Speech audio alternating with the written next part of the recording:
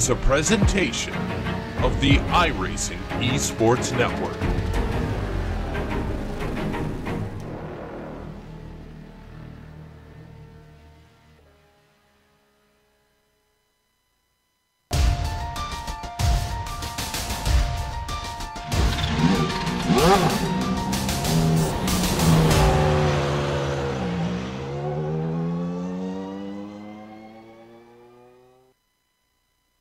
This season marks a new beginning. New heights will be reached. New records will be broken. A new champion will be crowned.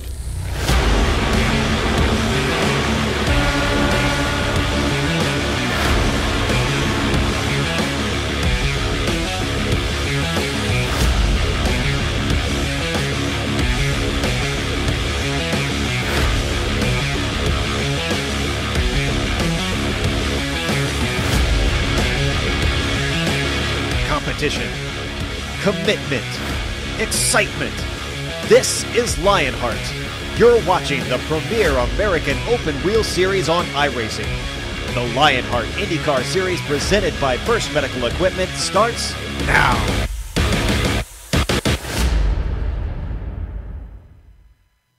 Thanks to the wonders of helium, we float amongst the Midwestern billows, looking down at Kansas Speedway, the host venue for today's event. Presented by First Medical Equipment, it's time for the GSRC Big Joe Show Spectacular, round 21 on the Lionheart IndyCar Series Season 6 championship schedule. And all the simulated Dallara IR18 action, from green flags to victory donuts, can be seen live as it happens right here on the Global Sim Racing channel via the iRacing Esports Network. To everyone watching on IESN, hello and welcome to another GSRC broadcast and the Countdown to Green presented by the Sim Pit. As cyberspace flows into your place over the next 15 minutes, GSRC will bring you all the storylines, all the stats and facts you'll need to appreciate the Big Joe Show Spectacular that follows immediately as we count down to green. I'm Bill Subzon, sharing the microphone with former real-world IndyCar driver Richie Hearn. Amjad Yaman has director duties, armed with cameras locked and loaded by Dougie Beard. Well, it has become a Lionheart tradition. This is the 4th annual GSRC Big Joe Show Spectacular. Every year, Lionheart regular Big Joe Hassard sponsors an event, and we'd like to thank Big Joe for including this broadcast company in the event title. This year, Kansas Speedway is the venue of choice by Big Joe for his spectacular. Richie, tell us a little bit about today's racetrack. Yeah, absolutely. Thank you, Soup. And folks, before I talk about the track, let me remind you that everything during the Countdown to Green comes courtesy of its sponsor, the Sim Pit. The Sim Pit's an entertainment channel dedicated to sim racing. Its focus is to bring you news, reviews, and information from around the world about sim racing, hardware, and software. It also focuses on what it takes to be a better sim racer, with instructional video and the how-tos that will help you perform on the virtual track. Check it out at thesimpit.com. And speaking of virtual tracks, let's talk about today's venue. Today we're at Kansas Motor Speedway, located in Kansas City, Kansas, right across the border from Missouri.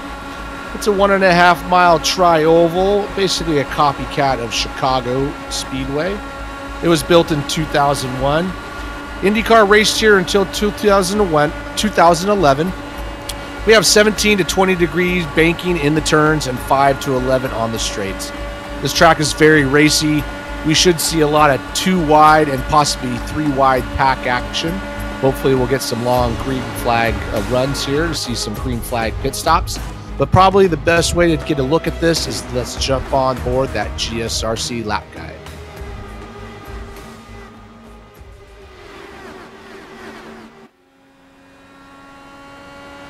Hello everyone and welcome to the Global Sim Racing channel. I'm Brian Yazek, taking you for a spin around the Kansas Speedway in the GSRC IR18 IndyCar. Without further ado, here we go.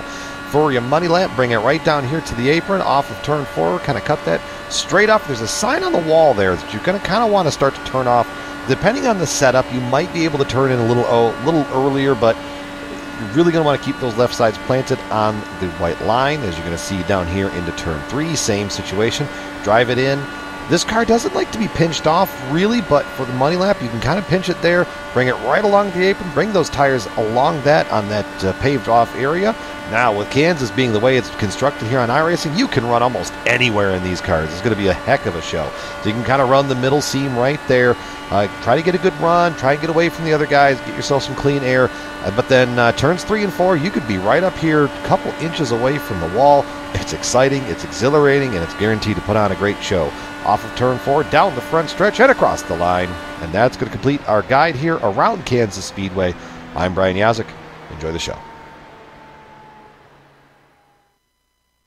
Does not take long to get around Kansas, about 25 seconds if you're at the back of the grid. It's not going to take long for me to get through these points either, as things have really started to settle down as we close in on the end of Season 6.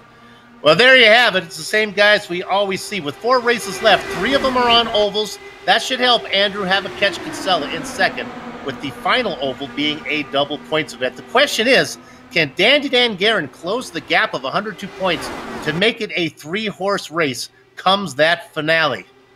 And we'd like to also, how about we talk about Taylor Graff? We like the way he races here on GSRC. His consistency is rewarded as he makes the appearance on the overlay up 2 spots into 15th. All this going on behind Adam Blocker, who controls the lead.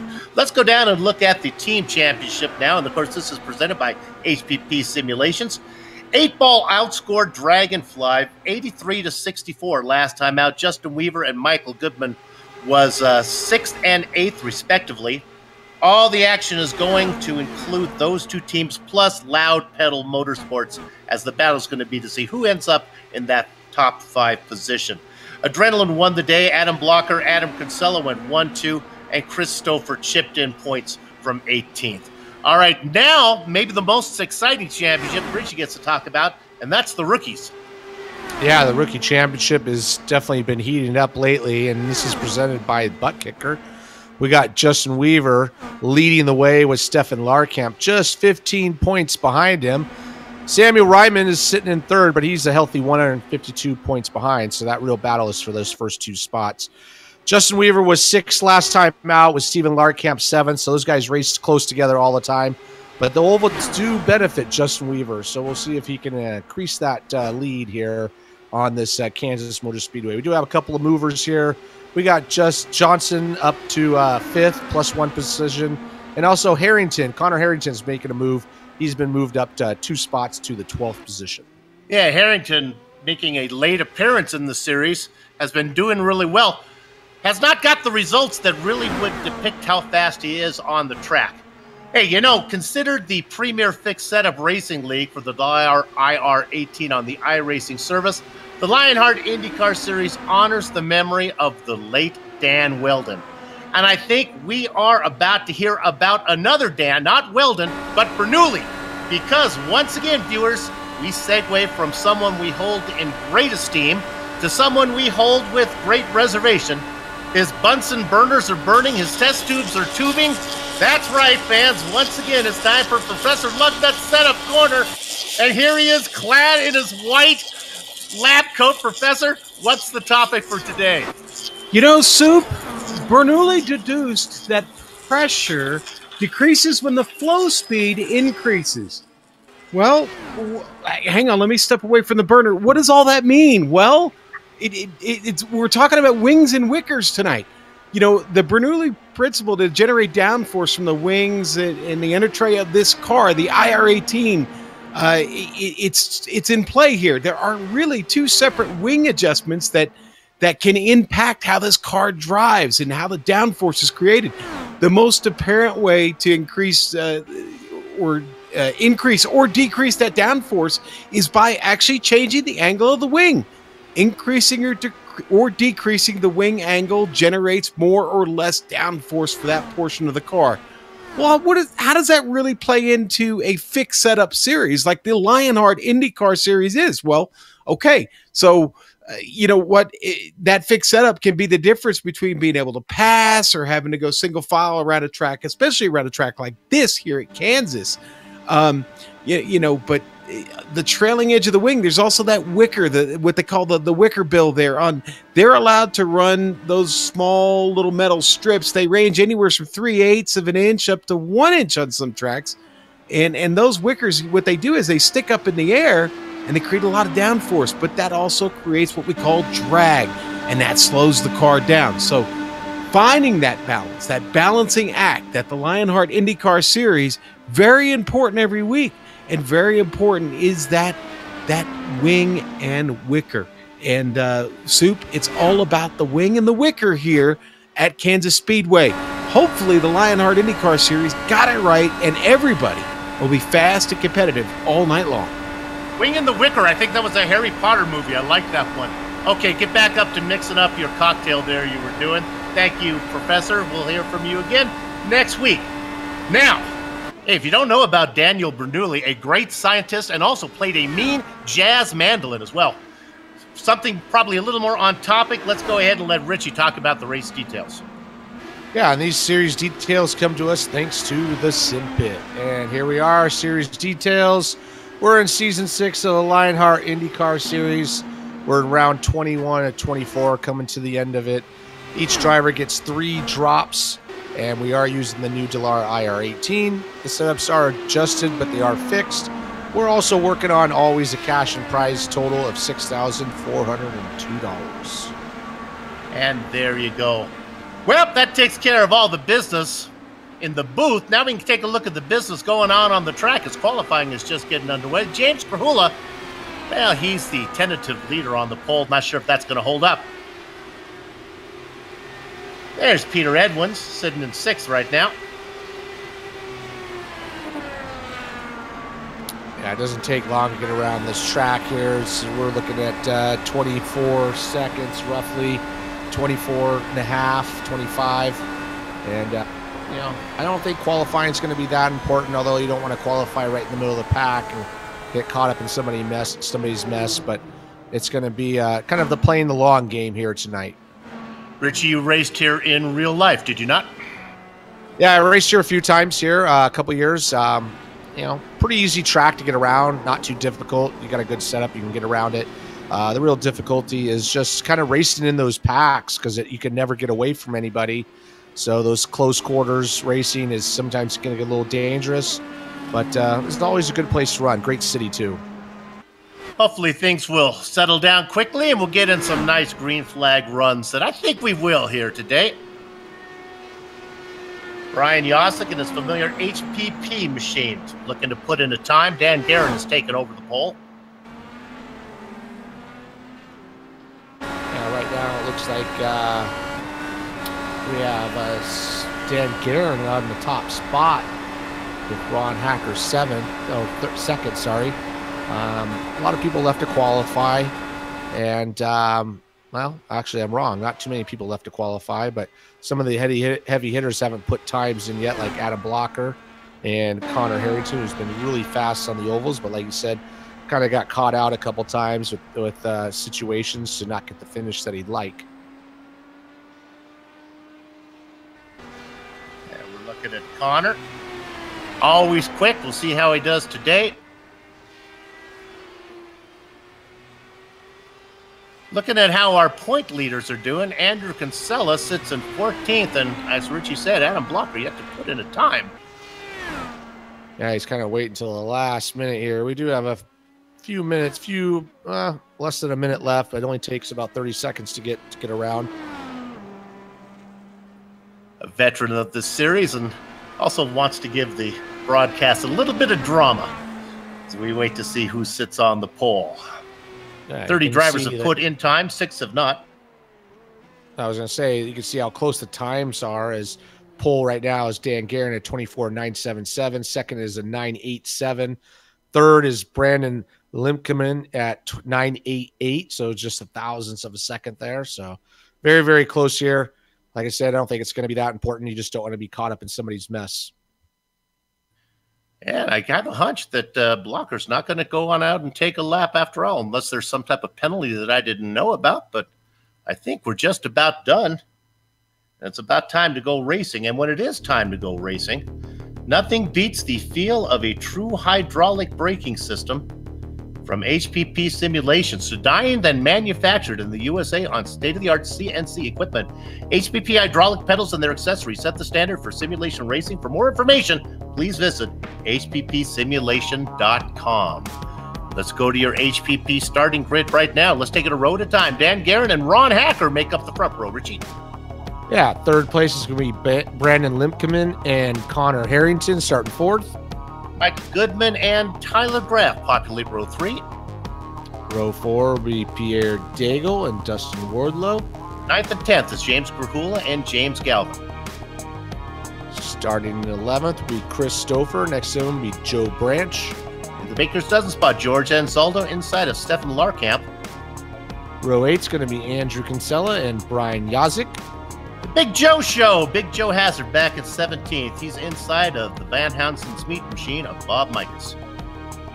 Row 10 is going to consist of Paul Jenkins and Ed Tutwiler.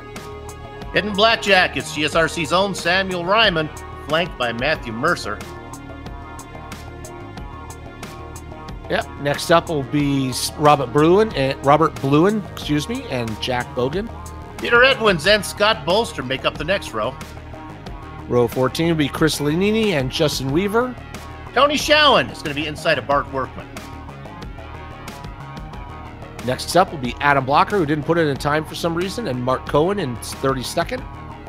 Scott Johnson and Isaiah Cousin Dupree back in 34th. And on the final row, row 18 will be Dylan McKenna, Brian Greenlee. That takes care of it. 36 names on the entry list, 30 put in qualifying times. Again, we're not sure what's up with Adam Blocker. You see the cars lined up on pit lane. Yep. And a couple of noted things is, like you said, our points leader, Adam Blocker, not putting in time. But also our rookie standings position, Stephen Larkamp, starting in 14th. But Justin Weaver not doing so good in qualifying, starting all the way back in 28th. But so that he's something to watch. 36 drivers here today. 3 of them are carrying onboard cameras. We'll start by looking at the number 73, Brandon Limpkeman, in the first medical equipment onboard camera car. Then the number 17 of Bob Mikas, and of course he's in the Von Hansen's meat machine. And then finally the sponsor of our race in the number 11, Big Joe Hazard, in the Big Joe Show onboard camera car. We wish Joe good luck today. Thank him for sponsoring, and once again, thank him for including GSRC in the title of this race. I did notice that Adam Blocker had just connected here, so he must have been having some sort of technical difficulties to keep him from doing that qualifying lap, so he's got a little bit of work to do. The lights are off the pace car. I believe it is just one lap around, and we'll have lovely Medina Mendez dive that car into pit lane. Gather up the chicken steak, cover me on the cows, because the horses are out of the barn for round 21 of season 6. And it's Dandy Dan Guerin leading the Stampede down in the first corner. How about Ron Hacker in second? Brandon Limpkeman, Connor Harrington, and Michael Goodman make up your top 5. Yeah, we already see Dan Guerin's been really good on these ovals lately. He's just hugging the bottom line. These guys are just getting up to speed here. It takes about a lap or two. But Ron Hacker trying to lead that pack up on the outside lane. We got Brandon Limpkeman right there behind Dan Guerin. I think we're going to see a little bit of this going on for a while until we wear those tires out after about 10 laps. Adam Blocker, your points leader, started from pit lane and is a lap down. Plenty of time to catch up. No lucky dog here, though, in the Lionheart series. They come across leading lap number 2. It's still Dandy Dan Guerin. There is a fight moving on the inside now, taking over third position. Let's go ahead and give that to, that would be, let's see if I can figure out, that's Connor Harrington working on the inside. Yeah, and Blocker, the only way he's going to get that lap back is by race his way through the front, get in front of the leader, and look for a yellow flag. So he's got a long night ahead of him. So kind of keep an eye on Andrew Kinsella and how he does. But yeah, we got a battle for the front here, as Dan Guerin's just not giving up that white line, but we're going trying to look for 3 wide, maybe into turn 1. We'll get an idea of where the racing line is right away, see how that plays out. Yeah, you want to run that bottom line as long as you can, and Dan has done that in other previous events. But I think the tires do wear out after about 10 laps or so, and it makes it tough to hold that down. He can start scrubbing speed, so we'll see how that goes. Looks like he's trying to take up 2 lanes at once as we go around, but they're starting to stack up behind him in 2 lanes. That's Hacker on the inside, Limkeman on the outside there, and now we have a new leader. He got to the bottom. Ron Hacker, I think he's going to have enough momentum to go ahead and get credit for leading lap number 5, and he does. Yeah, and Dan kind of wandered up, and Ron Hacker took the advantage there, took it. Dan Guerin's going up high again, leaving the bottom open for Brandon Limkeman.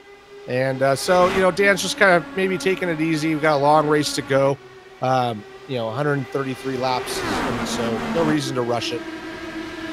The entire field is still connected all the way back to 33rd position with Brian Greenlee. They are all within touch of the car ahead of them. Right now we got Andrew Kinsella. He's moved up from 15th to 11th position. He's looking to take advantage of whatever technical issues Adam Blocker has, so we're kind of keep an eye on him, as well as Stephen Larkamp running in the spot he started, trying to take advantage of what the problems Justin Weaver had in qualifying. There are 3 drop races in the series, so even if Blocker has a horrible event, it's not going to be too costly. As I believe we have a new leader now, as Brandon Limkeman has nosed his way up into the lead. Yeah, same type of pass. Ron Hacker kind of washed up a little bit, and Brandon took the inside line and took that spot. And then we also have Connor Harrington taking the outside, got real close to the wall there. Jason Galvin's now looking to take the lead. All the way up from 10th position, fighting for second spot, the Bakerfield boy. Running in that beautiful blue car there. Everybody's running pretty clean here, so that's nice to see. Nice 2-wide action, nobody doing anything crazy. We'll see how that goes. Hopefully we'll see some green flag pit stops later on. Well, as they start to go single file, if the drivers will behave, we'll go ahead and bring up our race analysis real quick and show you that how far we're actually racing and what our window is. You see, we're going 133 laps now. The max window, they're saying it is 37 laps. You can always add 1 or 2 on there, but even if you get to 40 laps, we're not going to be able to do this on less than 3 stops. Got another leader here. Brandon Limkeman took the lead back from Jason Galvin, and we got Ron Hacker running in second with Jason Galvin looking to the inside. You can see these guys are starting to stack up on the outside, and I have a feeling that the outside lane is going to be the one you want as those tires wear out, and trying to scrubbing as least the speed as possible. The car to keep an eye on is the one in 3rd place, that Beard of Zeus blue machine of Jason Galvin down on the bottom, car number 42. He seems to be hooked up early, and as I say that, the green car of Dandy Dan Guerin goes around the top.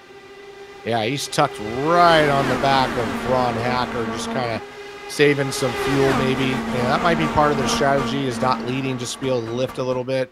Like to bring up again, Andrew Kinsella is now up to the 9th spot. I've been watching him back there. He's just kind of running that high line.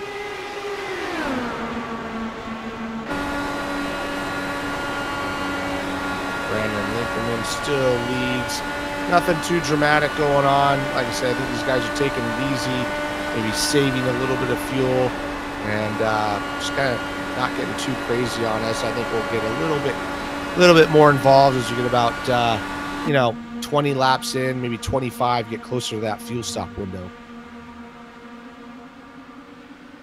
We always like to check in on the rookie race. Usually they find themselves racing close together. Right now, Stefan Larkamp is in 15th position. Looking on ahead of him is Big Joe Hassard and Brian Yasek. His main rival, which would be Justin Weaver. Yeah, he's way back there, isn't he? Yeah, he's not doing so well. Started 28th and running 30th. On my screen, it looks like he's got a little front wing damage, but on your screen right there, you don't see anything. So I don't know if that's just me. But yeah, he's not doing much going on. I don't know if he's just taking it easy, just kind of let it play out. Let's focus in on about 10th position here, whereabouts so here. Andrew Kinsella and Goodman racing side by side. On the low side, then it's Branch inside of Tyler Graff.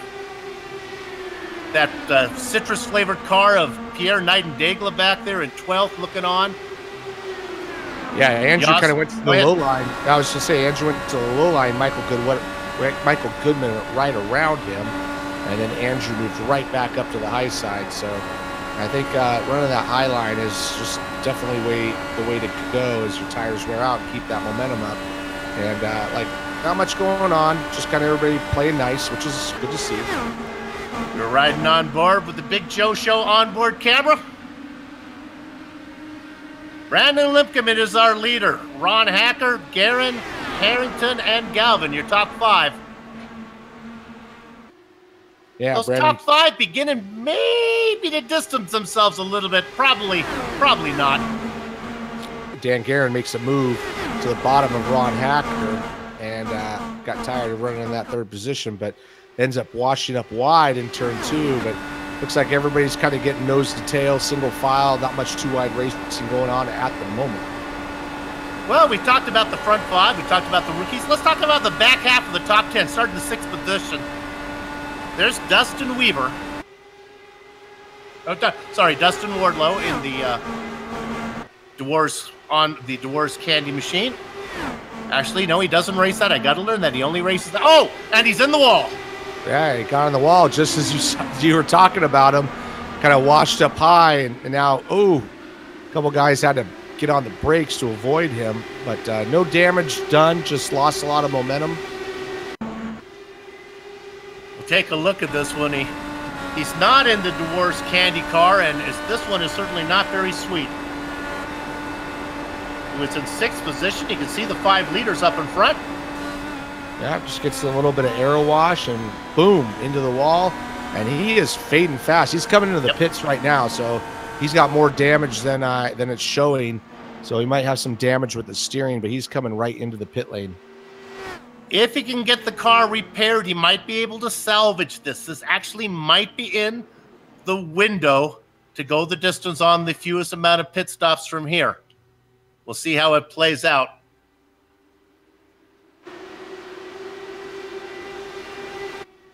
Yep, there he is, going into the pit lane. Back to the leaders here. We got a little bit of a battle with Dan Guerin deciding to try to take a challenge to Brandon Limpkeman, and doesn't quite get it done. And once again, everybody's kind of single file. We got Connor Harrington right behind Chris Stouffer, and Connor Harrington's been super fast on the ovals this year, so it's not surprising to see him up there in 4th position. Chris Stouffer is a big mover, though. He started 11th all the way up to 3rd spot. So let's try this once again as Wardlow put the car in the wall, kind of messed up my back half of the top 10. Let's start with 6th position, Ron Hacker. Right behind him, Andrew Havakech Kinsella, looking to score points as he sits 2nd in the points, right now racing in 7th. Michael Goodman, back in 8th. Got a little bit of a gap. Back to Tyler Graff. There he is. We love the way Tyler races here. Very steady driver, always gets the car home. Running at your top 10, the sponsor, Big Joe. Yeah, Big Joe making some moves too. He started 17th all the way up to 10th position. I did notice that Dustin Wardlow is just coming out of the pits now, so he had a lengthy pit stop. He's he's stopping. He's pulling out of the pit lane. He's stopping. He exited, so he's done. He can sprinkle dew on the sunrise, but he's not going to be able to drive that car. The Candyman is out. Our first retiree. Now we got a 3-wide battle here for the lead as Brandon's starting to get some pressure from Dan on the outside, but also getting some pressure from Chris Stouffer on the inside. So Chris Stouffer and Dan Guerin looking to team up on the outside here, but nothing's happening at the moment, but it's starting to heat up at the front. Limpkeman has been out in front for quite a while. That may end soon. Guerin's got a run. Limpkeman moves down to the inside. Let's see if Dandy Dan wants to force the issue. Early days yet, only lap 28. Lap 28, but they're going fast. And my goodness, we are getting very close. Knock on this for Micah here. To green flag stops. Well, Micah's wood, right? I believe so. Yes.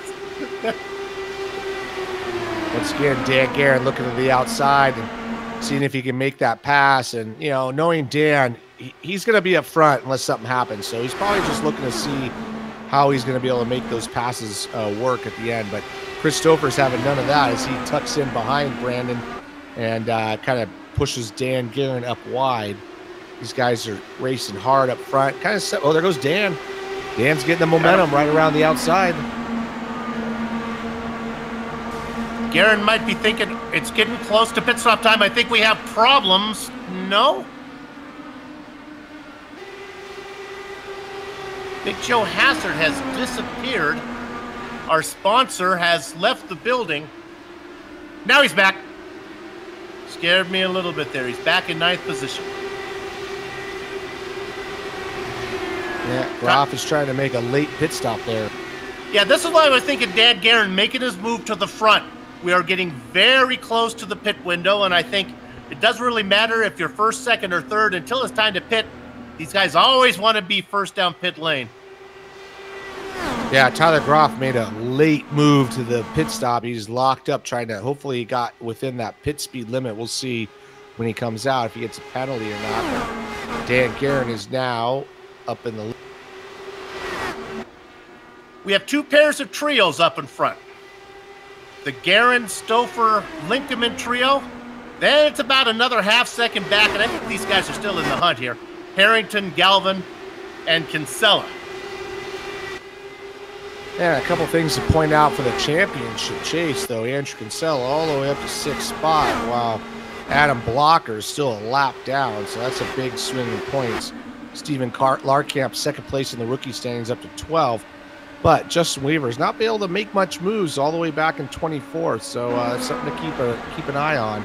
Also, we have Dan Guerin, who's looking to move up to make it a 3-3 battle for the championship, leading. Oh, he's second, but we got Pierre Daigle into the pit moment. Nightingale coming in.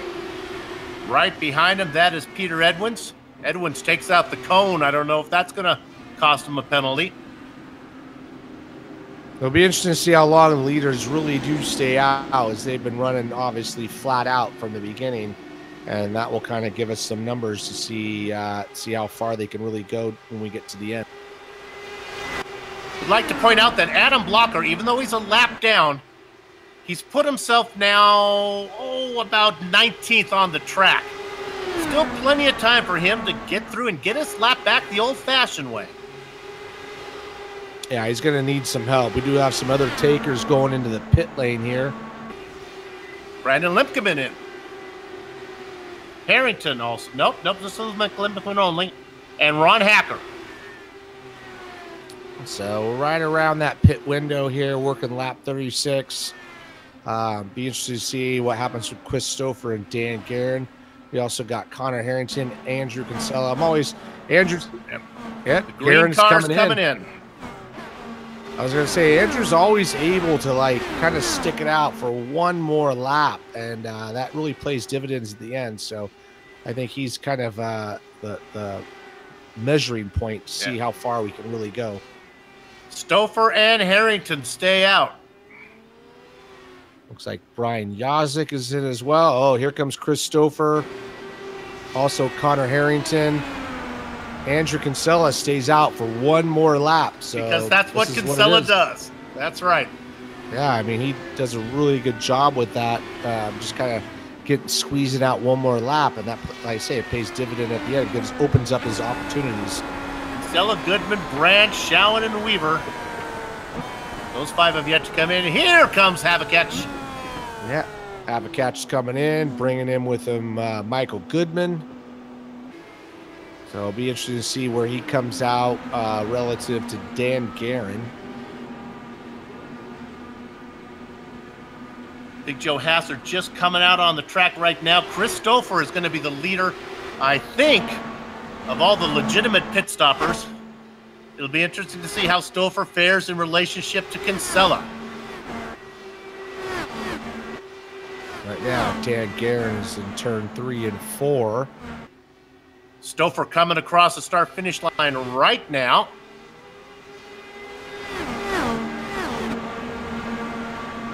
And they just kind of swallowed up Andrew Kinsella, so takes a while to get up to speed, but that didn't work out for Andrew, as now he's lost a lot of track position. I don't know if he had a slow pit stop or not, but he was a little closer to Chris Stouffer than he is right now.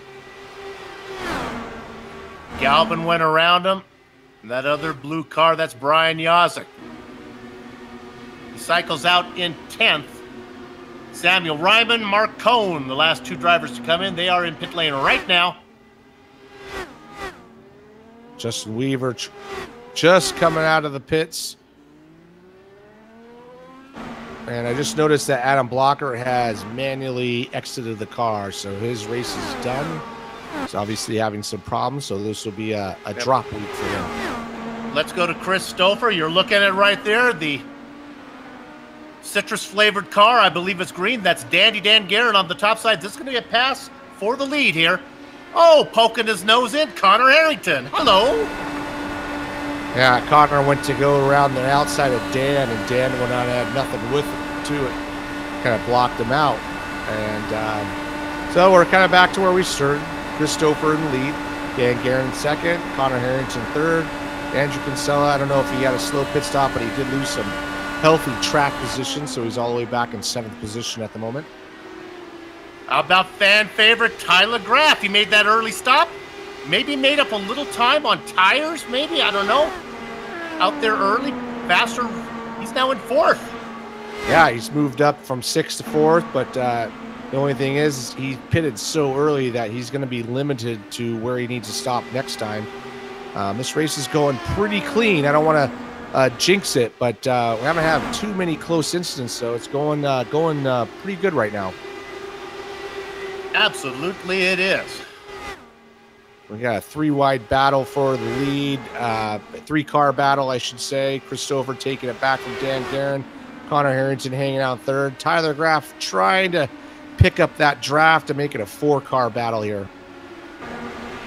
The real loser in that pit stop cycle was Brandon Limpkeman, now back in 11th. Remember, he was up playing with the big boys.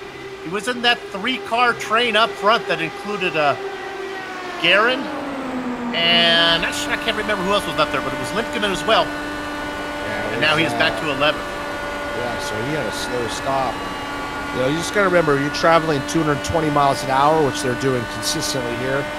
You know, every second you lose in the pits, it's 100 yards on the track. So it doesn't take much to lose that track position. We've been green from the start. So those guys came in, what, around lap 37, roughly, 38? Yep.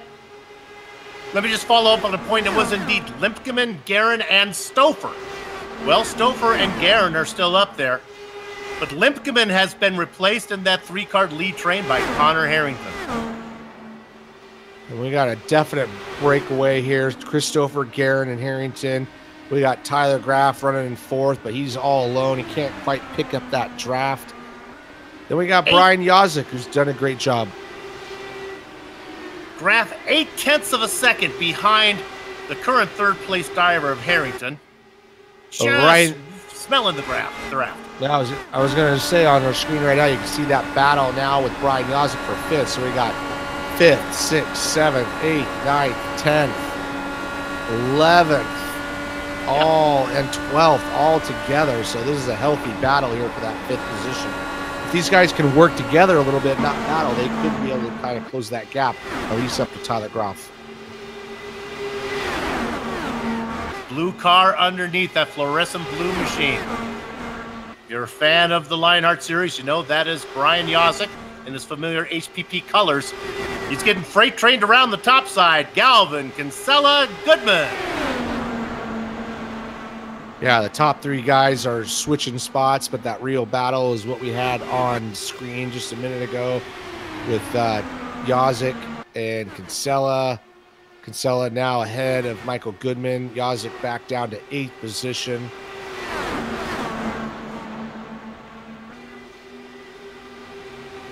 Guys continue to fight.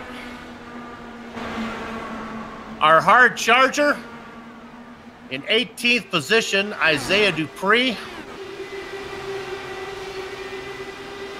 Well, let me call him. He's our biggest sandbagger, is Isaiah. Cousin Dupree didn't put in a qualifying time. Nevertheless, he is fast. Yeah, he's that gray car in front of him, that white and black car, that is the Von Hansen's meat machine of Bob Mikas. Bob Mikas got the best paint job on his helmet over anybody. But yeah, 33rd to 15th, great move from Isaiah Dupree. Right behind him, though, Tony Schoen, he did put a lap time in, so he's 29th to 16th. So he's doing a good job as well. Although you can't ignore what Christopher's done. He's started 11th. Now he's been leading that race for a while now. Got himself up to that lead pack of 3. Richie, I was multitasking, but I believe I heard you mention that Adam Blocker has retired. Indeed, we'll just say it one more time. Our port leader going to have to take a drop race today. Yeah, that's unfortunate. So, you know, it sounds like not a big deal, but when you get this late in the season, those drop races do become a big deal, depending on how you finished earlier. And this is going to be a big move for not only Andrew Kinsella, who's running 5th, but Dan Guerin, who's not that far behind in 3rd place in the points. You know, he can make up some good points on this as he's leading the race. Well, he's now 2nd, but he's running in that top group. Those guys are dancing up in front, and Connor Harrington took my breath away there a little bit. I had a little bit of a lump in my throat as I thought he was going to try to make it 3 wide. Sometimes watching Connor Harrington race is kind of like watching a drunk chasing a balloon by a cliff. You're just worried something bad's going to happen. He's doing okay right now.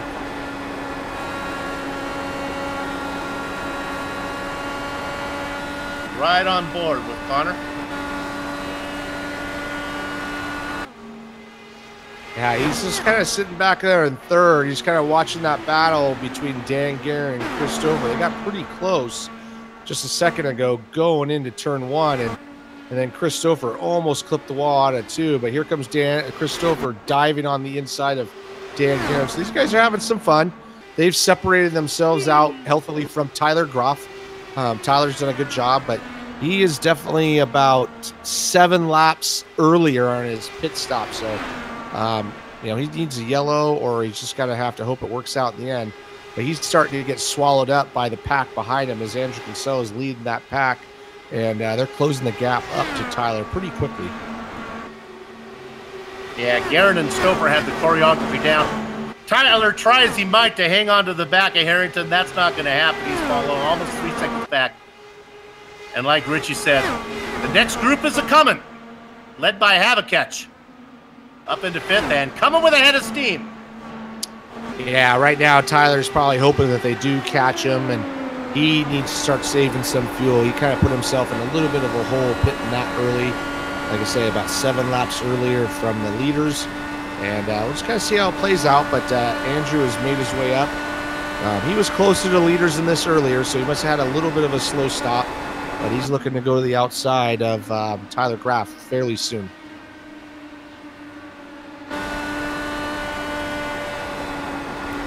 And with this race not having a yellow yet, man, it's speeding along. We're already working lap 60, lap 59, almost a lap 60 of 133. So, you know, this is good to see. So, going to come down to pure strategy here. We talked about Isaiah Cousin Dupree winning the Sandbagger Award. Let's talk about the real hard charger, 16th position, Tony Schoen. Put in a time, qualified in 29th. His qualifying time was incredibly slow, 25.8. But I don't care, it's a time, so you get the hardware, baby. Started in 29th, up 13 spots to 16th, all by himself. But he's looking up ahead of that battle up there. Dupree, Mikas, they've sorted themselves out. So what do you give Ron Hacker? So I don't know what happened to him. He started 2nd, but he's all the way back in 17th position. Well, I have a name for it, but it's just too cruel, so we're not going to say it because I like Ron Hacker. Yeah, we didn't really catch any real problems that he had, so I don't know if he had a big problem in the pit stops, but yeah, he dropped out quite a bit. So up to 16th spot now in second. Once again, a yellow flag will bring that up. Oh, Tyler Graff is in the pit lane. Well, pitting once again about 7 laps earlier, so we'll see if this hurts him or helps him. Helped him last time. And maybe he'll come in, get those fresh tires, maybe a little faster here. You get that track position and you catch the yellow right. The problem is pitting early. It puts him at risk of something bad happening right now, and he's going to get caught out. Oh, my goodness, this battle up front. Are they racing? Are they dancing? I don't know, but right now it's Stouffer in front of Garrett. Yeah, it looks like they're kind of playing the game of just leapfrogging each other, and it's working because, they're just kind of steadily pulling away from the pack behind them. Connor Harrington's just sitting back there saving fuel. But these guys have been doing it fairly consistently, so I think they're just working together at the moment. Yeah. Big Joe show. Joe Hassard is in. We're getting close to that time. We're at 65. Oh, someone's losing it going to the pit. Not sure who that was that lost it in pit lane. Oh, Ed King Tutwiler. But he gets it to the box. Yeah, it gets to the box. Hopefully he slowed down enough and he didn't hit anything. But yeah, it's tricky coming off when you're running these speeds and trying to get slowed down. I mean, once again, 1 second is 100 yards. So you don't want to give up anything just on the slow down period.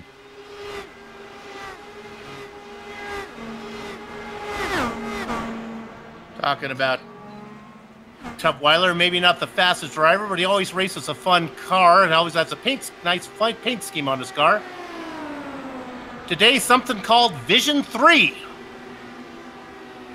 I guess that's a little better than double vision. So we'll keep an eye on these leaders here. Christopher, Dan Guerin, Connor Harrington still out front. Andrew Kinsella brought himself back up to 4th. And he did pit later than everybody, so I don't know if that hurt him or not. He separated himself from that pack. He does have Mark Cohen behind him, who is basically a lap down, kind of tagging along.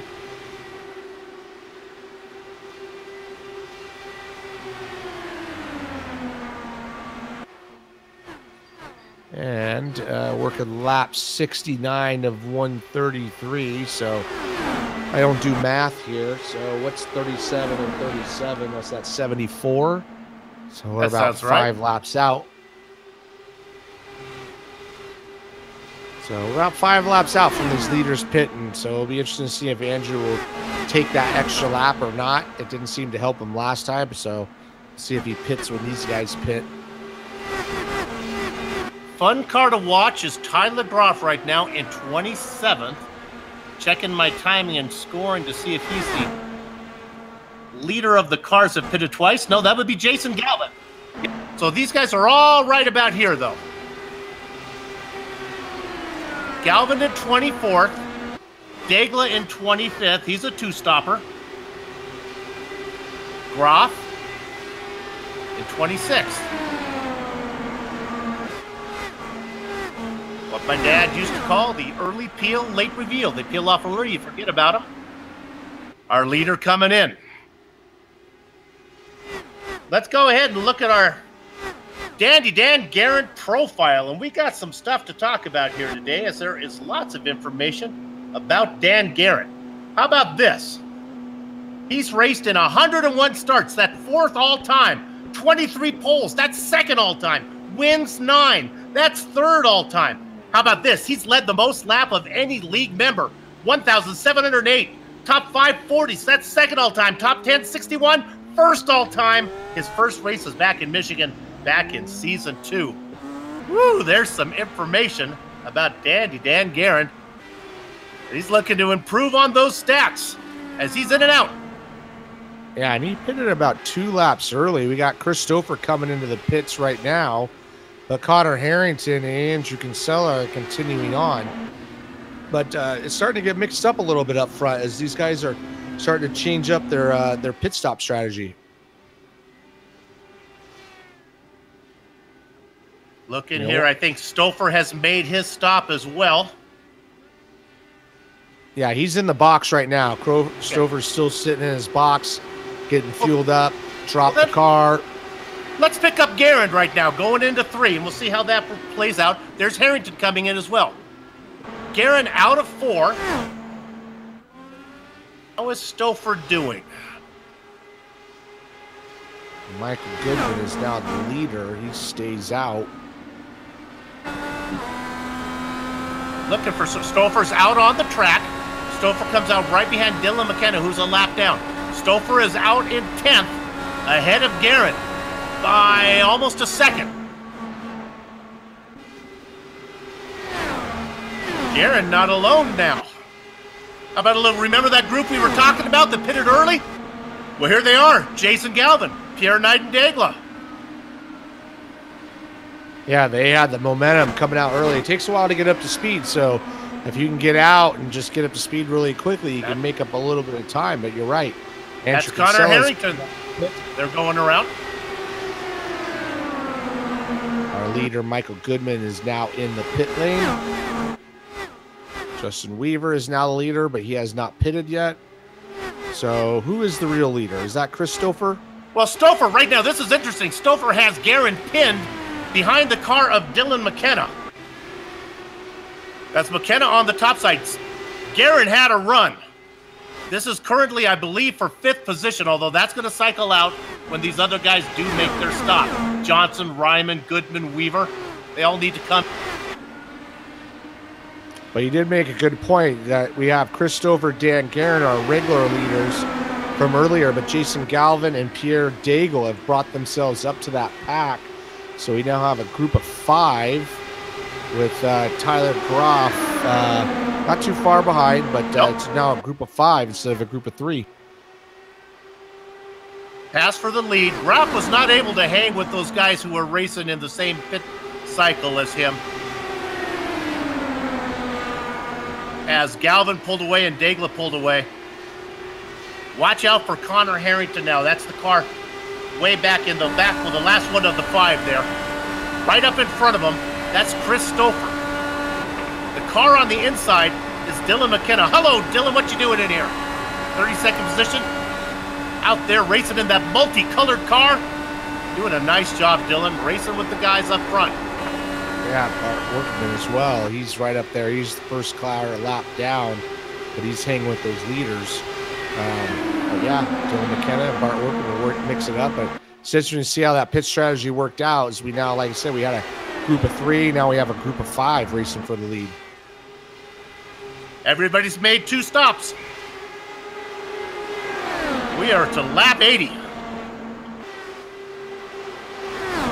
I don't know how to say this. I'm paid to report, so I will just mention we are to lap 80, and how can I put this without jinxing it? The pace has been fast, if you know what I mean.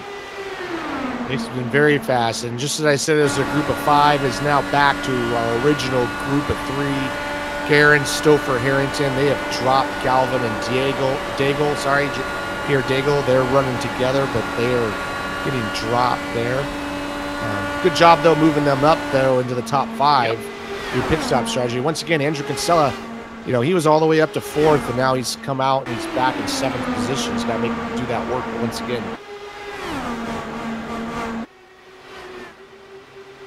Although one thing I want to point out is that, you know, Andrew's been going the longest out of anybody else, so that means his fuel to take in has been the longest. So that's probably what's been hurting him. These other guys have been taking short stops, so they come out earlier, but they're going to pay the price, pay the piper, as you would say, as we come closer to the end. A guy I think worth mentioning, I think, is in this group we're looking at right now. It's the car number 062. That is Stefan Larkamp. He's in that rookie race. Right now, he sits in 8th. His competition, Weaver, is way back, I think, at about like 18th last time I checked. We are in 19th right now. Yeah. 19th right now, yeah. So that's a big point swing. That's only, I believe they're only 15 points apart. So that's a good position to watch. And once again, with Adam Blocker dropping out, Dan Guerin. Tony Schowen has had an issue. We're going to look at this one. We stay under green. There's Tony in the 31.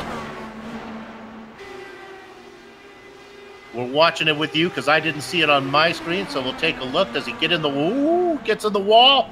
Oh my goodness! How is he possibly going to save this? Sliding like a trombone on a toboggan. He gets it woed up. Right on board with Brandon Limpkin. Must be in Paris because he had an eye full of this one. Watch out! Whoa! There he goes. There he goes. Yeah. Just hold it straight, hope for the best. Fortunately, he was all the way off the track surface, so no yellow flag. So we continue on here, green flag. We are green indeed. Christopher once again leading the pack. Dan Guerin in second. He's got Connor Harrington right behind him, kind of trying to just hang in there, save some fuel. Right behind them, they have Brian Greenlee, who is 2 laps down, but he's right there with that lead pack with Dylan McKenna and Bart Workman. All three of those guys a couple laps down. Stay on board as we were looking there. We're looking at a battle ahead. Now, this is the battle for 25th. That's Samuel Ryman up top, going underneath him. That's Scott Johnson. That's a battle for position. And here comes Christopher. Yeah, they got the leaders right behind them, so they're battling for their own race, and then leaders are trying to get by them as well. So this is pretty interesting. And because of the draft, I don't think Stouffer's going to be able to leave them behind as Ryman tucks right in behind the leader and says, all right, let's go.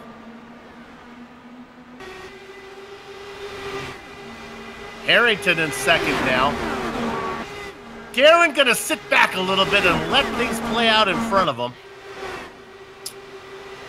Yeah, knowing Dan Guerin, though, he doesn't like to sit back and wait. So he wants to get back up there and not let Christopher get that type of advantage. But these guys behind him are 3 wide. We got Bart Workman dragged the wall. Scott Johnson, sorry, yep. Dragged the wall up there. That's what Guerin is watching out for. Right on board. This is Scott. A little bit of a kiss on the wall. Just a little bit of a drag, just a little washout on the arrow, but continues on. I think all it was he wasn't happy with the camber in the car. He was just trying to do a little adjustment to the camber without having to come into pit lane. You know, we talked about... Oh, go ahead. I was going to say, this racing through all the lap traffic has kind of strung these guys out a little bit because we had a pack of 3. Now we have basically a pack of 1, a pack of 1, a pack of 1. And we have been green the whole way. Let's talk about a guy. It's not easy being Greenlee in 30th position. We just saw Scott Johnson put the car in the wall.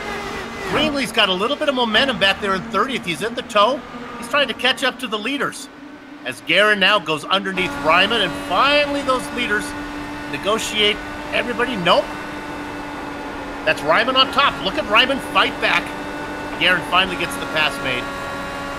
Yeah, and all that battling has let Connor Harrington get by Dan Guerin, but Dan Guerin's kind of sucked up back underneath him, and they got to catch up to Christopher, though. They're not, well, I guess they have. They're not too far behind him, so we're basically a pack of 3. I want to go back to a pack of 1. If you're in a 1 person, is that considered a pack? Yeah, it's like a family of 1. Yeah, that'll work. Army of 1. Let's talk to somebody who's having a pack man. Let's talk about 10th position. This is Scott Goodman, Stefan Larkamp in a battle.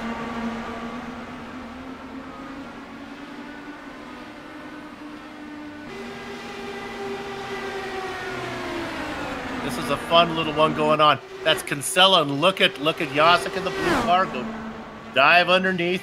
We're looking there at those 5 cars. Leader of the pack, Kinsella, Yazik, Graf, our rookie, Larkamp. Then Michael Goodman looking on from 10th. Yeah, Andrew Kinsella has worked every time. He's worked his way up to the top 4, pits, and then follows himself back into a heavy battle here for 6th through 10th. So we'll see if that plays out. He's had to take the most fuel out of anybody each time. Pierre Diego and Jason Galvin still teamed up here for that 4th and 5th position, but they have Andrew Kinsella and Jason Galvin chasing them down pretty quickly, and Brian Yazik. We look at Galvin in 4th and 5th with Degla right in front of him.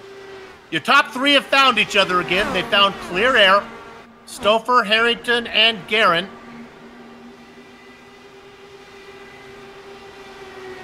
So looking at the pit stop numbers, so right now Dan Guerin's 2 laps shorter than Chris Stouffer, 3 laps shorter than Connor Harrington. We're coming up to lap 99 of 133, so everybody should be able to make it on one more stop no matter what. But if it does go green, I think Andrew Kinsella is going to have the advantage, as he's going to have to take the least amount of fuel out of anybody. Well, if somebody's going to pit early, it's Tyler Graf, and he does. I want to quickly take you to 17th position, actually 15th position now, as by the time I looked at it, he's moved up too. This is Chris Lanini, having a great run. Sleepy Lanini. And that was Ron Hacker. Again, adjusting the camber on the right side of his car, putting it in the wall. Yeah, he's having a rough night. Started on the front row, but moved back to 17th and hasn't been able to move up at all from there. So I don't know if he's got some problems with the car after hitting the wall or what. Tyler Graf cycles out in 25th position. We're looking at the Moby Dicky car of Justin Weaver racing in 14th. Just ahead of what we talked about. That's Chris Lanini. I want to talk about Chris. Started 27th. Yes, that was with a qualifying time. Now in 13th. You do the math. That's 14 positions. Nice run from Sleepy. That's Jason Galvin coming out of the pits that they're just going around. There's Galvin. Thank you, Director. Nice job. So next pit stop's going to be short, no matter who you are. So, 37, 38 laps we've seen. We only have about 30 laps to go, 31 laps to go, roughly. So this race is going by quickly with no yellow flags, knock on wood. And we're going to just see just a pure strategy at the end. Chris Stouffer and Dan Guerin still battling out, dragging Connor Harrington along. Andrew Kinsella has made his way back into 4th position where he was before the last pit stop, but he's a healthy 8 seconds back. So him and Brian Yazik look like they're playing leapfrog and trying to get themselves back up to that top group. Right on board with the driver in 2nd position. He is sandwiched between Chris Stouffer and Connor Harrington.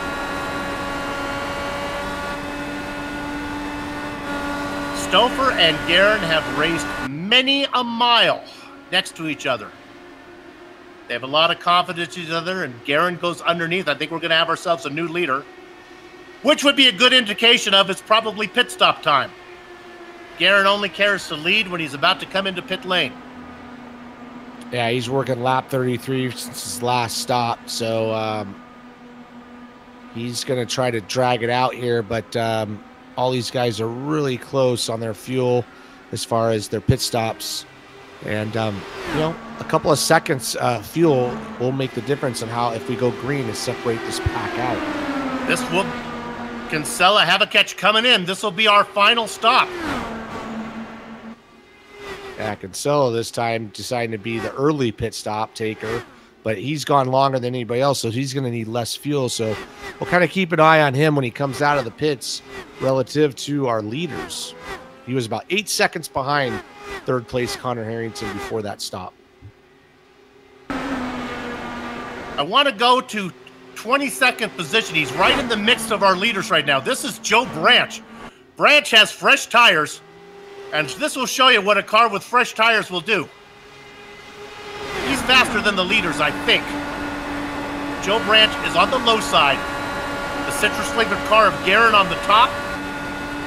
The car coming out of the pits, that's Isaiah Dupree. Now Guerin ducks underneath. It's got to be pit stop time pretty soon. Yep, he's slowing down to enter the pits. Christopher keeps going. And like I said, it would be interesting to see. Ooh, yeah, hot into the pits. Hopefully he got down, slowed down enough. Joe Branch has gone around Christopher to get one of his laps back. But that just shows you of how fast they are on fresh rubber. Looks like Christopher's slowing down. He's going to make the pit lane at the moment. Comes down onto the apron, locks it up under the speed. Now, where is Andrew Kinsella? Andrew's on the back stretch going into turn 3 at the moment. So we'll see where he comes out relative to Dan Guerin. Guerin is out of the pit. I was rolling right now. Yep, he's just getting up to speed. And Andrew Kinsella is nowhere to be seen.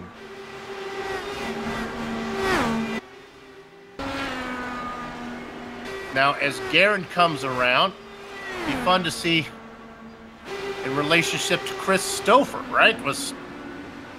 Stouffer is on the track now, and here comes that fluorescent lime-colored yellow car of Guerin. Guerin is going to dive underneath, and he gets him, but not by much. Stouffer will be able to tuck back in. They race for 6th. They're basically right where they were before they came into the pit lane. The other one that would like to hang in there is Connor Harrington. Harrington's out of the pits. There goes Guerin. There goes Stouffer. Harrington's going to lose some ground. He's got to have to hustle. He wants to get back up with the 2 leaders. Yeah, that was interesting. I would have thought that maybe staying out a little longer, taking less fuel would be better. But if you're fast in, fast out of the pit lane, you can make up a couple of seconds right there. Now, this is interesting. Our leader, Michael Goodman, is being passed by Dan Guerin. Now, Dan Guerin is going to be our leader here as soon as Goodman comes in. Oh, my goodness. Goodman almost got clipped by Chris Stouffer. Holy smokes. Maybe an onboard from Stouffer. He missed him by maybe 6 inches as Goodman was coming in. Watch Goodman pit, and here goes Stouffer right around, and whoa, as he was squeezed in between. Whew. Yeah, he had nowhere to go. It was 3 wide right there, so he was hoping that Michael Goodman stayed on the bottom because he had no way to miss him if he didn't. Hey, 3 wide on screen. We're getting that sorted out. Meanwhile, everybody at Moby Dickey's, raise your glasses, tip your waitress, because Justin Weaver is out in front. It's going to be short-lived. He still needs to make a stop.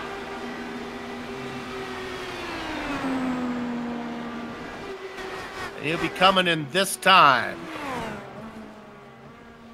Yeah, but it's going to be a short stop because we only have about 18 laps to go. So this could help him out in his positioning on the track. As Steven Larkamp is running in 12th spot. That's his main rival in the Rookie of the Year standings.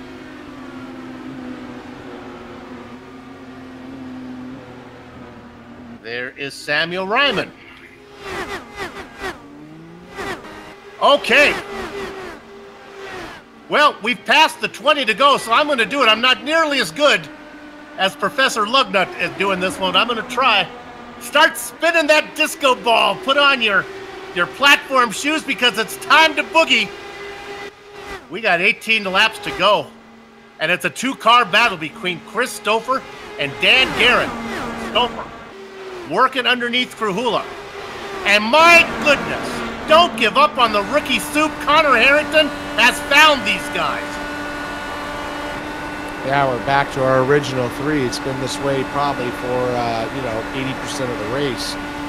So we'll see what Connor Harrington. He's been hanging back quite a bit. He made a pass on Dan Guerin earlier when they were in traffic, but I don't think he's shown what he has. Dan Guerin and Chris Stouffer have been racing hard, but Connor Harrington has been hanging in there all race long. They're coming up on Brian. It's not easy being Greenlee out there in the number 38. Brian, a veteran, knows how to race in this position. He keeps that car tucked down on the low side. Getting in the toe of Greenlee is Chris Stouffer. Now Stouffer moves around. Back underneath Greenlee again, get a little bit of a toe.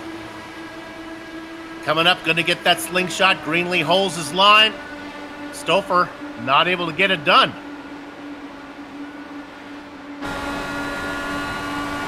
One more time. We got a little ways to go before we're going to see guys really battle it out. I guess Stouffer said, you know what, Brian? Maybe you take the top line. Maybe that's the way to let us by. Now 1, 2. And I guess Greenlee got the message as he stays high and Harrington goes underneath. That yellow car, that fluorescent car back there, that is James Krahula. He's not in the mix. He's an 18. There goes Dan Guerin for the lead on the inner side, and in the kink on the front straightaway, he's going to take that lead, playing a little lap traffic to his benefit. So Dan Guerin, who was that? Peter Edwards, who got out of the way. A nice job. Harrington losing a little touch now with the two in front.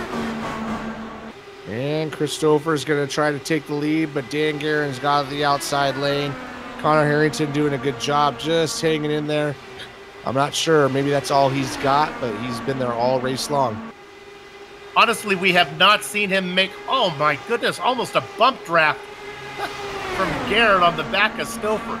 That was some nose to gearbox affection there. Yeah, they might have hit there because I saw Chris Stouffer get a little bit squirrely on the straight line, so they might have come close. But that's brought Connor Harrington right up behind him. He's going to look to the outside here, trying to make it 3 wide. Not going to happen, but he's right back in that group. You know, Harrington may not have anything for these guys, which leads me to believe if he has an opportunity, he's going to take it if he gets a run like that. Now he falls back. I think he's just waiting for those guys to go side by side again and get another run and try to snake them both. 10 to go. Yeah, I'm not sure what's the best move here is to be leading or not. I mean, these guys are going back and forth. We got Christopher going on the underside of Dan Guerin, but it looks like as you make that pass, you kind of wash up and lose that momentum. That leaves the door open for the next corner with a guy behind. Trying to go now. They're side by side. Stouffer low. Guerin high. Stouffer drifts up a little bit. Guerin with a run. That punches a huge hole for Harrington. Harrington, no, he does not capitalize. I thought he was going to duck underneath Stouffer. He does not. Yeah, he did get a huge run there and got chopped off by Stouffer. But Dan Guerin leads. Chris Stouffer getting into the draft as they come into turn 1. He's not quite going to make a move. I don't know if he's playing chess with Dan Guerin right now, but this is going to be an exciting 3-way battle to the end. Green, silver, and blue, the 3 cars as they come across. The green car is Dan Guerin. He gets credit with leading. Lap number 126. They come up on the back marker of George Anzaldo, the series organizer. George has nowhere to hide. Oh, Stouffer gets very loose, and he loses the position. Let's move the rookie Connor Harrington now up into second. Connor Harrington saw his opportunity to take that position. They haven't left Stouffer there behind, though. He's right there. We still got a few laps. Now Connor Harrington starting to get aggressive with Dan Guerin going into turn 1, but Dan holds that white line all the way around the bottom. He's got a run, but he does not take it. Look at the run from Stouffer. Dives it in deeper than Confucius in a submarine. Out of 4. He gets the pass made, but the momentum is going to go to Harrington. He holds on to second with visions of the lead, but no. Dan Guerin once again hugging that white line, trying to make Connor Harrington go around the outside. Connor Harrington got a run on the backstretch. He's not going to make a move, though. He's going to wait till the last minute, but we saw that last time as that opened the door for Chris Stouffer. Didn't work for him, but it might work next time. Harrington lays back, hoping to get a run. Guerin leaves a little room to the inside. No, go ahead. I was going to say, Dan Guerin takes that bottom line. Oh, it's the wall, it's Stouffer. Christopher dragged the wall, but no damage done. He stays in it, doesn't lose any space. Connor Harrington looking to make that move on the outside. New he leader. Does have a chance here. Connor Harrington. 3 to go, but he leaves the inside open. Yeah, Connor Harrington took the lead briefly, but left the door open. Connor Harrington left it open for Dan Guerin, who's a bottom feeder out here. He loves that bottom. Here comes Christopher taking the bottom from Dan Guerin. They come around with 2 to go. Harrington trapped with nowhere to put the car, right on the gearbox of Guerin. Somehow Christopher, after putting the car in the wall, still has some pace left. Harrington's got to watch his mirror because here comes Stouffer. Guerin can't cover all the lines. Guerin takes his half out of the middle. With the momentum up top, it's the rookie Connor Harrington. He's made that pass before. He makes it work again. 1 to go. Is he going to leave the inside open? He's going to leave the outside open. He leaves the inside open for Guerin. Guerin takes it in deep. They are wide. Out of 2. The momentum will go to the car on the outside. That's Harrington. They are side by side. Cialis bathtubs down into corner number 3. Guerin has the shorter way. He takes it down low, but watches the momentum coming from the top. Harrington with a run at the line. It is going to be Guerin. Harrington gets second. Christopher has to settle for the popcorn position in third. We'll look at it from above. Wow, that was quite a finish. Connor Harrington losing out by 1/17,000th of a second. And here we come, coming out of 4. Dan Guerin knows he's going to take that short cut through the warm-up lane, and it's all about distance traveled at this point. And there we go. You can see the difference, 17,000ths of a second. So what a great race. Connor Harrington stalked him the whole race, decided to make his move, and really made Dan Guerin work for it. The shorter way beat the momentum on the top side as Dan Guerin closes the gap to the lead. The racing is over here in Kansas, but our broadcast is far from done. What we're going to do right now is take a short break, but don't worry. We will be back for the Plasma Track post-race Victory Lane post-race show, where we'll run down the entire order, talk to some of the drivers before we put a lock on the gate. Back in a few.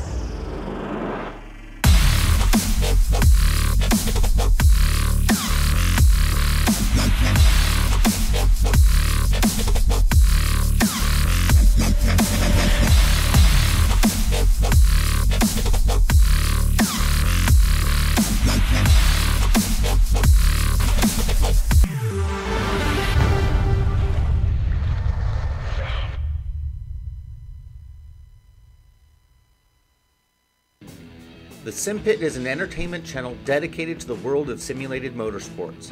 The Sim Pit is a leader in providing the sim racing community with news, reviews, interviews, DIY pieces, and instructional videos to make sim racing a better experience for all. Check us out at thesimpit.com or go to YouTube and just search for The Sim Pit.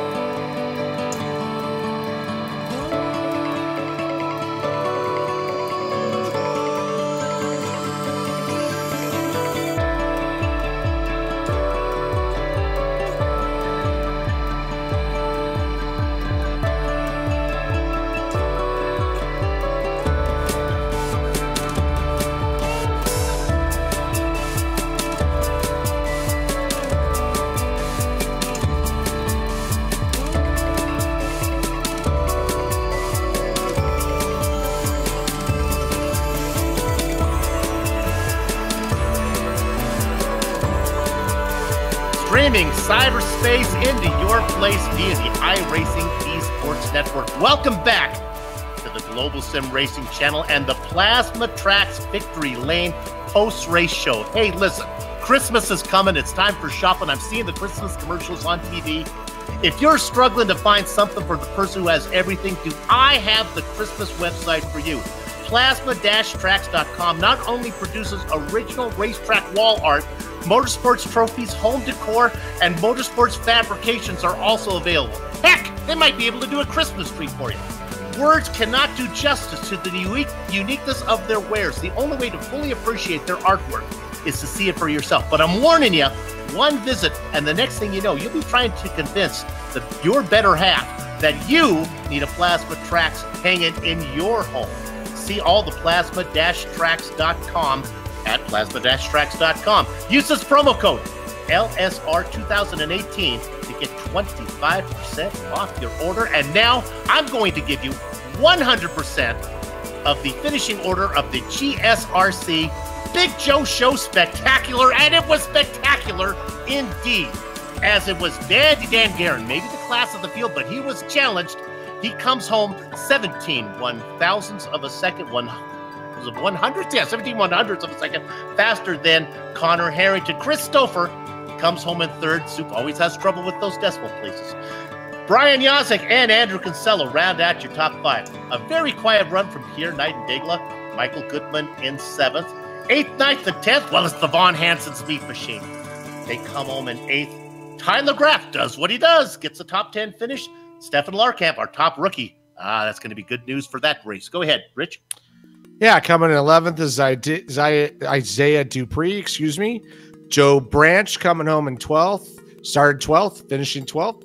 Jason Galvin is finishing 13th. Chris Lanini having a good run from 27th to 14th. Brandon Limkeman, unfortunately, ran up lead. He had the beginning parts of the race, started third, but ended up 15th. Justin Weaver, our Rookie of the Year leader, not so great, but not too bad, 28th to 16th. Then we have James Krahula, first car lap down, 17th. George Anzaldo, 18th. Big Joe, 19th. And Matthew Mercer in 20th. Hidden Blackjack, it's Ron Hacker. He's going to be just ahead of Scott Johnson in the double duck spot.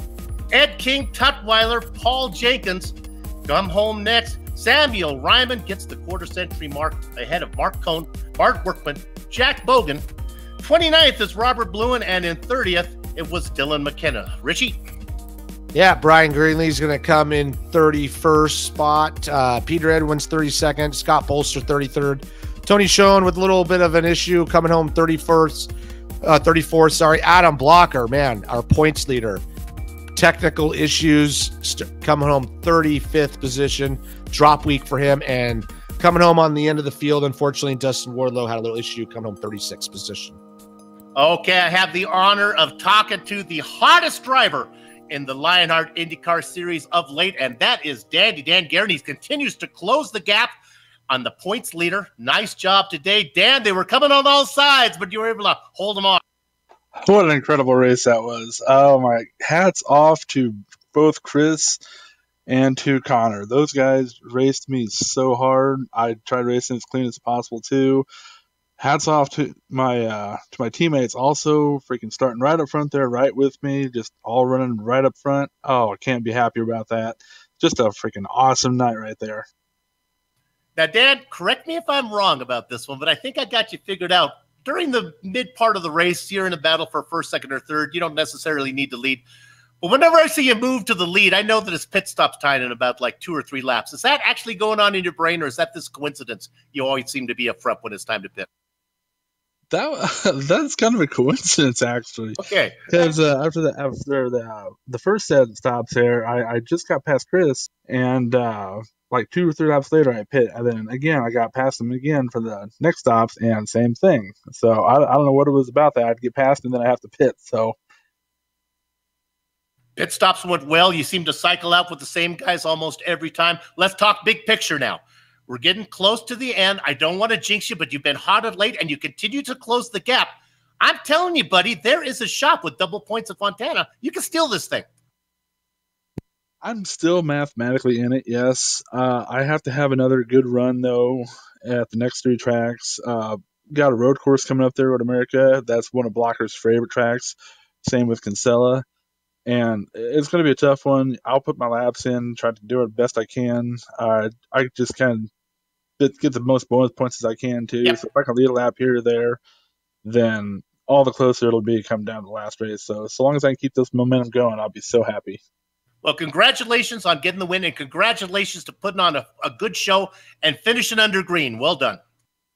Yep, thanks a lot. Just want to give a shout out to my teammates. Awesome job for you guys tonight. My sponsors, Lock Precision, Midwest Simulations, and Sim Racers for Mental Health. I hope you guys enjoyed that little show.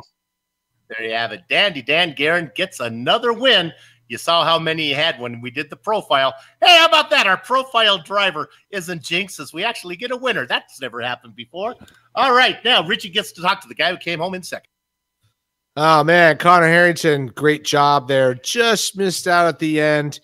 You were hanging with those top three, and I figured you were just kind of stalking them until it was time to move. Yeah, I think in reality that was probably the strategy for tonight.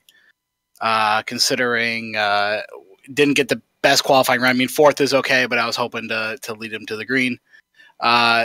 So kind of just running behind and really just trying to save some fuel and have the shortest last stop possible. And it kind of worked out. Yeah, I mean, this is the first time I've seen that we've gone green the whole way. So those pit stops became very important as far as not making a mistake. And the three of you kind of stuck together. And I know Andrew kind of snuck up there a couple times, but he couldn't stay with you guys on the pit stop. But yeah, really good job. And, you know, kind of let us know, like, when did you decide to make that move and try to take the lead from Dan? Well, I'm going to be honest with you. I haven't actually watched the replay. I think if I watch it, I'll become physically sick to only lose by like 17 1,000th of a second. Really, it was just I just wanted to get to the top. The tires for everybody they were gone. It was hot out, and so if you could get to the outside and pinch them down at the bottom, you could just drive off the corner and get by them. And it worked for I think like 2 laps, and then Dan just made a really, really good last corner on really old tires. So I got to give him all the props for that. Yeah, I mean, Dan likes to hug that white line. He kind of stuffed it in there, but and probably what helped him most is he able to jump onto that apron and just take the short distance, and that might have been the difference.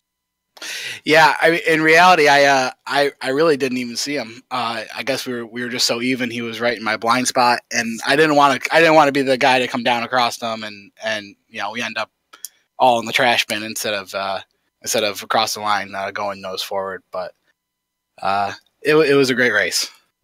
No, yeah, great. It was awesome to call and great to watch. So nicely done, and just continue on those great finishes, and we'll see you next week.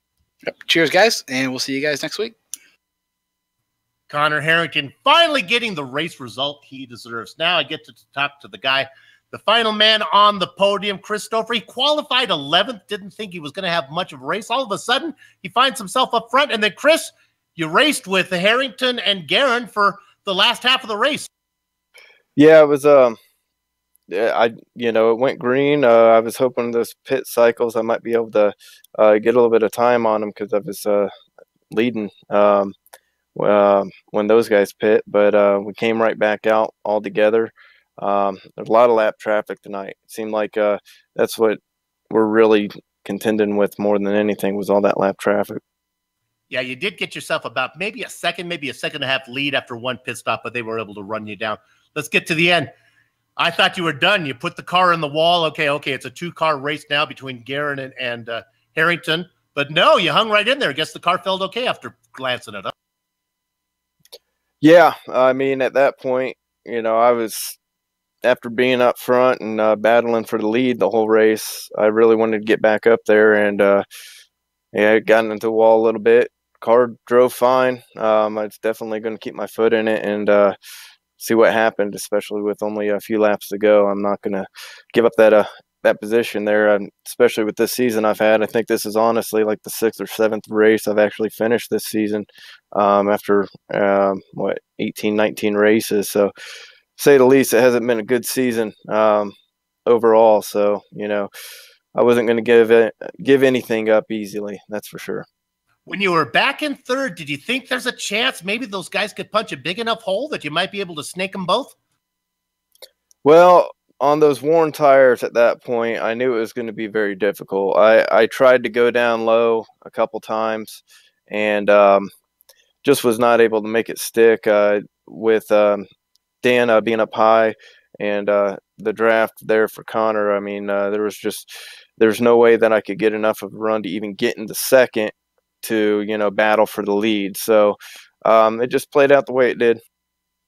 Well, congratulations on the third. And as commentators, let me thank you for letting this thing finish under green, because we get to call it an exciting ending. So good job. We'll see you down the road. Yeah, hopefully. Chris Stouffer. He gets third. He was fast. I think he could have really wanted a little bit more on that. We're going to wrap up here. Rich is going to talk to the man who sponsored this rig, Big Joe Hasser. I guess I'm going to take this one. Hey, Big Joe. Hey, guys. How's it going? First of all, on behalf of GSR3, thanks for including us in the title of this event. You picked yourself a good one to sponsor, baby. It was a good one. Yeah, I just wish I could have been a more part of it.